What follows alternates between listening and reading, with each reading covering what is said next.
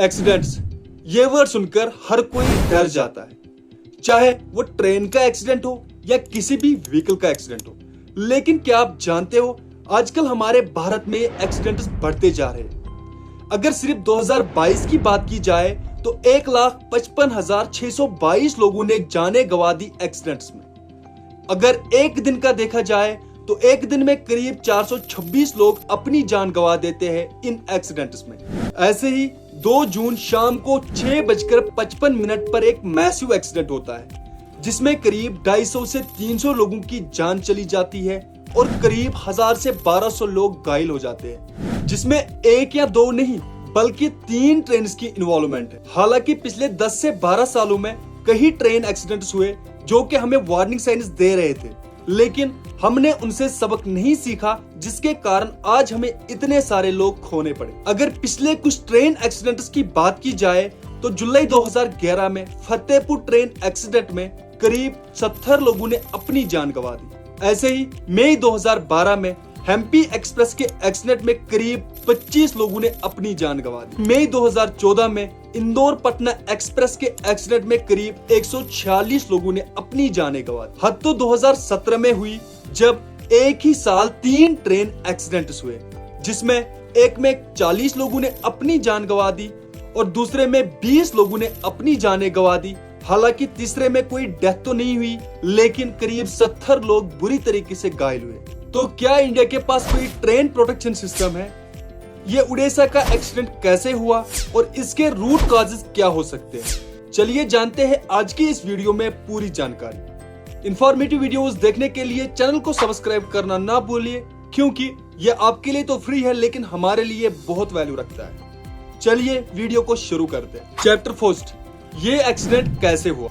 सबसे पहले आपको ये जानना जरूरी है कि उड़ीसा के बालासोर डिस्ट्रिक्ट में 2 जून को शाम के 6:55 पर एक मैसिव एक्सीडेंट होता है, जिसमें एक या दो नहीं बल्कि 3 ट्रेन की इन्वॉल्वमेंट, जिसमें 2 सुपर फास्ट पैसेंजर ट्रेन थी और एक गुड्स या कार्गो ट्रेन इन्वॉल्व थी। तो चलिए जानते हैं ये एक्सीडेंट कैसे हुआ। एक ट्रेन जिसका नाम शालीमार चेन्नई कोरोमंडल एक्सप्रेस है, जिसका नंबर 12841 है। ये ट्रेन दिन के 3:33 पर Shalimar railway station Howrah West Bengal से निकलती है, जिसको अगले दिन शाम के 5 बजे चेन्नई सेंट्रल रेलवे स्टेशन में पहुंचना था। तो कोरोमंडल ट्रेन शालीमार से निकलकर उड़ीसा में एंटर हुई, फाइनली उड़ीसा के बालासोर रेलवे स्टेशन पहुंची और उसके बाद ट्रेन ने सिर्फ 20 से 25 किलोमीटर डिस्टेंस ट्रैवल किए। इसके बाद ये ट्रेन अपना मेन ट्रैक छोड़कर एक दूसरे ट्रैक पर चली जाती है, जिसको लूप लाइन कहा जाता है।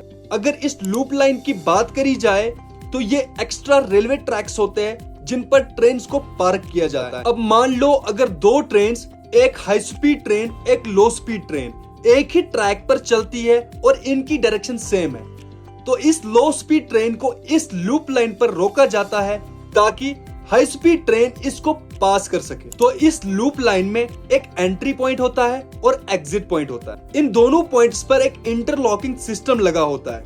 इंटरलॉकिंग सिस्टम की अगर बात करी जाए, ये एक मशीन या एक मैकेनिज्म माना जा सकता है जो इन रेलवे ट्रैक्स पर लगा होता है, जो एक छोटे से ट्रैक के पीस को शिफ्ट करता रहता है, जिसकी वजह से ये ट्रेन अपने अपने ट्रैक्स पर चलती है और अपने अपने रूट्स पर चलती है, ताकि ये अपने डेस्टिनेशन तक सेफली पहुंच सके। ये एक पार्ट है रेलवे सिग्नलिंग का और इसकी वजह से ही कॉम्प्लेक्स रेलवेज काम कर पाते हैं। और यहाँ पर एक बात को समझना जरूरी है कि ट्रेन के ड्राइवर्स अपनी मर्जी से ट्रेन की डायरेक्शन नहीं बदलते जब तक उनको उसके लिए सिग्नल्स ना मिले, और इसके लिए लाइट्स लगी होती है रेलवे ट्रैक्स पर, जो कि आपने देखे होंगे। सो अगर रेलवेज के इंटरलॉकिंग सिस्टम की मेन फंक्शन की बात की जाए तो इसका मेन फंक्शन है रूट्स को सेट करना, ताकि ट्रेन्स अपने रूट्स पर चल सके और सेफली अपनी डेस्टिनेशन तक पहुंच सके। लेकिन अब कई जगहों पर कंप्यूटर बेस्ड इंटरलॉकिंग सिस्टम है, जैसे कि हमारे भारत में।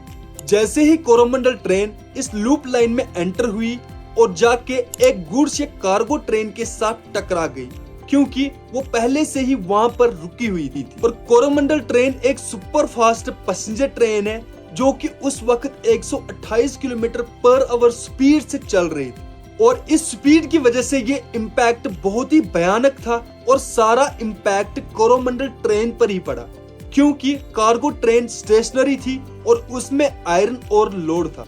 और इस इम्पैक्ट की वजह से कोरोमंडल ट्रेन के करीब 15 कोचेस डिरेल हुए और कोरोमंडल ट्रेन के लास्ट के कोचेस अपने ही मेन ट्रैक पे आगे बढ़े, जिसकी वजह से इन डिरेल्ड कोचेस में जिगजैग जैसे पैटर्न बने और जो तीसरे ट्रैक पर भी फैल गए, जहां पर दूसरी high speed super fast train जिसको यशवंतपुर हावड़ा के नाम से जाना जाता है उसी ट्रैक पर चल रही थी। उसके कुछ लास्ट के कोच कोरोमंडल ट्रेन से टकर जाते हैं, जिसकी वजह से उसके लास्ट के कुछ कोच डिरेल हुए, जिसकी वजह से मेजर इंपैक्ट हुआ।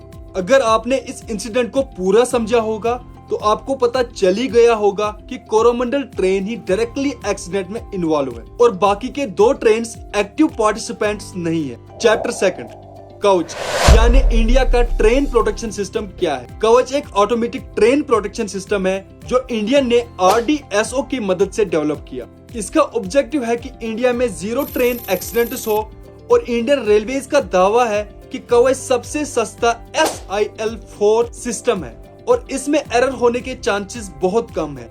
जैसे एक होने के चांसेस है 10,000 सालों में, यानी जो नाक के बराबर है। इनिशियली इसकी डेवलपमेंट 2012 में TCAS के नाम से शुरू हुई थी और अब 2022 में इसकी डेवलपमेंट पूरी हो चुकी। इस सिस्टम को 4 मार्च 2022 में टेस्ट आउट किया गया जो कि सक्सेस रहा और यह सिस्टम अभी सिर्फ 1445 किलोमीटर रूट्स पर इम्प्लीमेंट किया गया और बाकी 1200 किलोमीटर पर काम चल रहा है। यह सिस्टम उस वक्त सेफ्टी प्रोवाइड करता है जब या तो loco pilot wrong signal pass करे या 2 ट्रेन अपोजिट डायरेक्शन में एक ही ट्रैक पर चल रही हो, तो ये सिस्टम लोको पायलट को अलर्ट करके ब्रेक्स को अपने कंट्रोल में लेता है और ट्रेन की स्पीड आहिस्ता आहिस्ता कम कर देता है और फाइनली ट्रेन को रोक देता है। चैप्टर 3 इस एक्सीडेंट के रूट कॉजेस क्या हो सकते हैं। जैसे कि मैंने आपको पहले बताया कि रेलवे ट्रैक्स पर हमेशा इंटरलॉकिंग सिस्टम होता है जो ट्रेन के रूट्स को सेट करता है ताकि ट्रेन अपनी डेस्टिनेशन तक सेफली जा सके।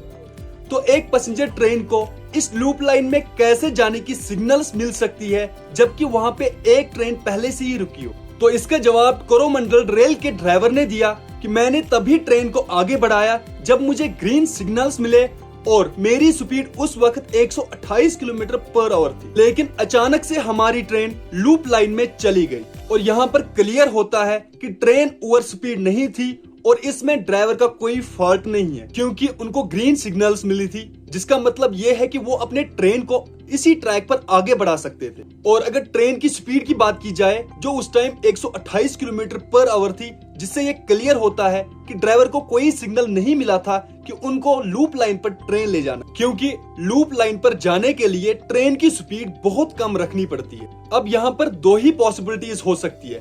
पहला, ये अज्यूम किया जा सकता है कि वहां पर डैमेज हो सकता था सिग्नल लाइटिंग और इंटरलॉकिंग सिस्टम के बीच। दूसरा, ये एक क्राइम या एरर हो सकता है जिस पर अब CBI खुद इन्वेस्टिगेट कर रही है।